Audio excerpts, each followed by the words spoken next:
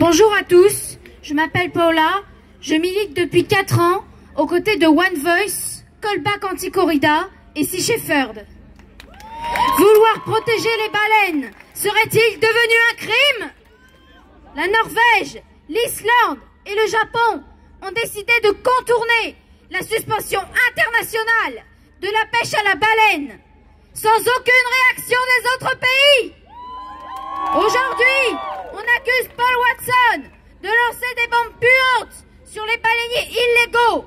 Pourquoi tous ces mensonges face à ce procès? Mensonges quand on contourne les lois sous prétexte de recherche. Mensonges sur la demande japonaise de viande de cétacés en baisse depuis la Deuxième Guerre mondiale.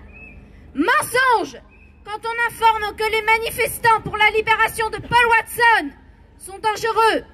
Moi, j'ai 11 ans. Est-ce que j'ai l'air d'une éco-terroriste? Ridicule! Les politiques sont responsables des générations futures. Et je demande au Danemark de ne pas se plier à la volonté du gouvernement japonais d'extrader celui qui protège le poumon de notre planète. Sans baleine, pas d'océan. Pas d'océan, pas de vie. Watson libre!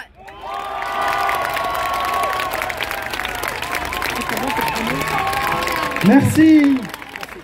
C'était Paola. Merci beaucoup. On avait envie de finir avec ce cri, ce relais de la jeunesse aussi.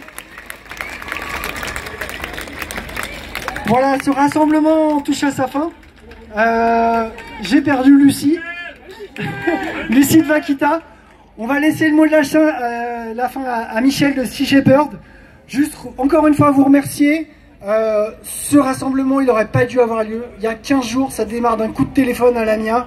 C'est juste incroyable. Il y a une super émulsion qui s'est passée avec les bénévoles de Sea Shepherd, avec l'équipe de Canopée. On a monté ça, mais 3 bouts de ficelle. Plein de bénévoles nous ont aidés sur la technique. Les personnalités, tout le monde a joué le jeu. Vous êtes là.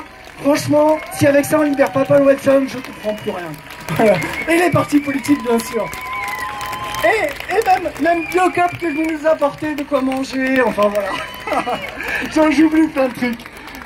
Vaquita, merci. Si tu veux dire un petit mot avant de laisser la parole à Michel. Oui, je voulais dire qu'il faut rester mobilisé. La décision d'aujourd'hui, ça n'est pas une décision pour extrader Paul Watson, c'est simplement une décision pour savoir si on le garde ou pas en prison. Du coup, en attendant, restez mobilisés, allez signer les pétitions. Il y a 2 pétitions en ligne. Une pétition qui a été lancée par Sea Shepherd France à l'attention de Mette Frederiksen, la première ministre danoise, et une pétition lancée par Hugo Clément à l'attention d'Emmanuel Macron. Ça sert toujours de la signer, voilà. Restez mobilisés. Merci beaucoup à vous d'être présents aujourd'hui. Merci Lucie, merci Sylvain, merci à Canopée, merci à Vaquita, merci à tous.